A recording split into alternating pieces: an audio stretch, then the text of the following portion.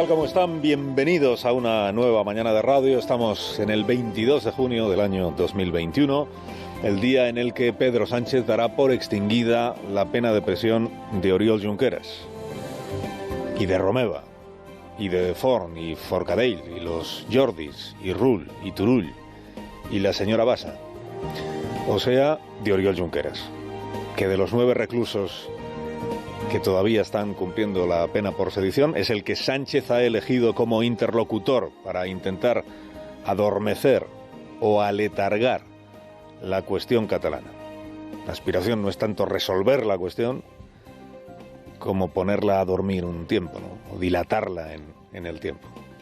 Volver a aquellos tiempos en los que el bloque independentista, ¿se acuerda usted?, amagaba todo el rato con el choque de trenes, aquel tópico que tantas veces utilizamos, el choque de trenes, pero sin llegar nunca a atropellar al resto de los ciudadanos, hasta que luego llegó 2017 y en efecto se ejecutó el atropello. Bueno, hoy se van a consumar los indultos. Mañana mismo el Supremo notificará a los 9 condenados que su castigo de cárcel se da por extinguido. El debate político continuará, o empezará en el Congreso el día que el presidente se anime a acudir allí a las Cortes a responder a las preguntas que los grupos políticos quieran hacerle. De momento todo lo que ha habido han sido monólogos del presidente, discursos del presidente, discursos como el de ayer en el Liceo, bien construido el discurso, correctamente leído, que busca apelar a los buenos sentimientos, al deseo de llevarnos bien. Concordia, convivencia, reencuentro, diálogo, fueron las palabras más repetidas de ese texto, ¿no? Y que buscan identificar el progreso, la convivencia, con el perdón de la pena de cárcel que resta por cumplir.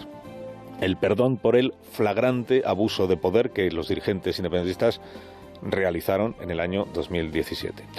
Seguirá, digo, el debate político, llegarán los recursos, Vox lo va a presentar, el Partido Popular tiene anunciado que lo va a recurrir. Es muy probable que el Tribunal Supremo no admita ninguno de los recursos que se presenten contra el decreto de los indultos o los decretos. Es muy probable que el Tribunal Supremo se sacuda de esa manera, digamos, un problema. Para evitar meterse en el lío de ver si eso no se admiten los recursos y se pasa página. Dices, después de todo el Gobierno ha puesto en pie una argumentación que es una argumentación circular, si se quiere, ¿no? Indulto, dice el Gobierno, porque es útil para el país. Y es útil para el país porque yo digo que lo es. Claro, ¿cómo se mide o cómo se objetiva lo que es útil para la convivencia? En 2019 Sánchez nos explicó a todos que la convivencia se restauraba haciendo cumplir íntegramente las penas. Entonces ya invocaba el presidente los valores de la Constitución como aval máximo a la postura que en aquel momento tenía, que era la contraria a la que tiene ahora. La Constitución no ha cambiado, la Constitución y sus valores siguen siendo los mismos. Por tanto, la utilidad pública, que en efecto es el único argumento al que podía acogerse el Gobierno para indultar, la utilidad pública al final tendrá que juzgarla según cómo vayan avanzando los acontecimientos, las cosas que nos vayan pasando, pues la sociedad española, en función de lo que vaya ocurriendo y de si se ve justificada o no esa utilidad. Difícilmente un tribunal va a poder decir no existe la utilidad que el Gobierno invoca. ¿Quién dice que no? Bueno, por eso y porque los indultos ya son un hecho consumado, a lo que habrá que atender a partir de ahora es a lo que suceda de hoy en adelante. La pregunta clave, en consecuencia, la que legítimamente sí puede y debe debatirse, es la siguiente. ¿Hacia dónde nos lleva este primer paso? No pensamos que quienes aspiran a la independencia vayan a cambiar sus ideales. No esperamos tal cosa. Lo que sí esperamos es que se comprenda que no hay caminos fuera de la ley. Esto es lo que el presidente, tal como él mismo dijo ayer, espera que se produzca. Espera. Dijo Sánchez, y dijo bien, que el único cambio que con seguridad traen consigo los indultos es que los condenados dejan de estar en prisión. Todo lo demás es un deseo. Estoy convencido de que sacar a estas 9 personas de la cárcel, que representan a miles de catalanes, es un rotundo mensaje de la voluntad de concordia y de convivencia de la democracia española. Cuidado que hay frases que pueden malinterpretarse. Estas 9 personas representarán a miles de catalanes, pero no están en prisión miles de catalanes, ni han sido juzgados y condenados miles de catalanes. fueron juzgadas y condenadas estas personas, en total 12, estas 9 y otras 3. El presidente quiere pensar, y hombre, llegado este momento, ¿quién no va a querer pensar que el efecto benéfico de los indultos va a cambiar Cataluña en España? Lo relevante, naturalmente, no es lo que el presidente quiera que pase, sino lo que él haga. Porque habrá de pedirle responsabilidades a él también por los actos que él, por las decisiones que él tome, por los pasos que él dé. Todavía no ha firmado hoy los indultos y ya están los independentistas diciendo, no, siguiente paso. Siguiente paso, extinción de las causas judiciales que permanecen abiertas en Cataluña. Siguiente paso, regreso de los que llamamos los exiliados. Puigdemont y Ponsatí. Siguiente paso, empezar a negociar la amnistía. Al presidente habrá que juzgarle, como hay que hacerlo hoy, que va a indultar, por lo que él vaya haciendo, no por lo que él desee que suceda. Se va a sentar a negociar con el gobierno independentista catalán el qué y bajo qué reglas. Esto es lo que aún Sánchez no nos ha explicado. Y esto es lo que tiene que concretar... Bueno, hay muchas cosas que no nos ha explicado. Esto es lo que tiene que concretar el día que por fin acuda al Parlamento a hablar de este asunto. Tan relevante, tan histórico, pero que hasta ahora el presidente no ha ido a las Cortes a presentar. Como se hizo Zapatero cuando su proceso de paz, acuérdese. Ese antecedente o precedente que ahora tanto invoca el PSOE, buscando paralelismos que difícilmente existen. Pero bueno, Zapatero se personó en las Cortes y explicó las reglas de esa negociación o de ese proceso de diálogo. El presidente Sánchez todavía no lo ha hecho. Va a negociar qué y bajo qué reglas.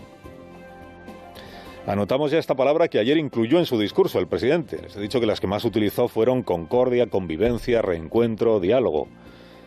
Hay una palabra que solo pronunció una vez ayer en todo el discurso, pero que igual es la más relevante para lo que está por venir. Esa palabra es exigencia. Hasta hoy hemos escuchado a los líderes independentistas como Gota Malaya reiterar lo que ellos exigen al Estado. Exigen amnistía, exigen autodeterminación, exigen referéndum. Exigen el final de la represión, exigen. Ayer escuchamos lo que Pedro Sánchez les va a exigir a ellos. Lo único que exigimos es que unos y otros nos atengamos al pacto constitucional.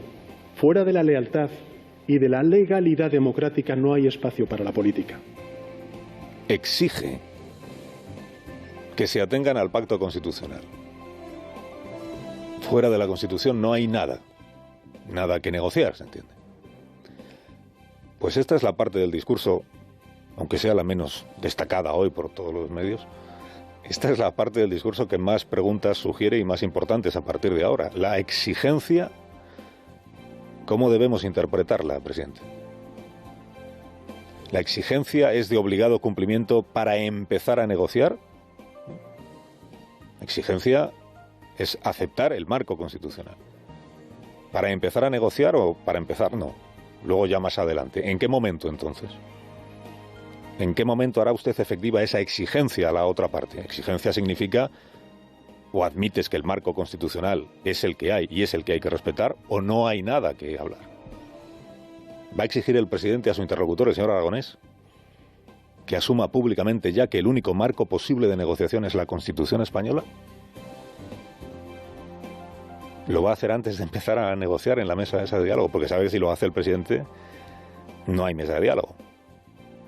Esta mesa se fabricó sobre la base de los eufemismos, de los conceptos elásticos. Nunca aceptó el independentismo que el límite fuera la Constitución, ni lo va a aceptar. El marco para ellos, ¿cómo era? El orden jurídico internacional.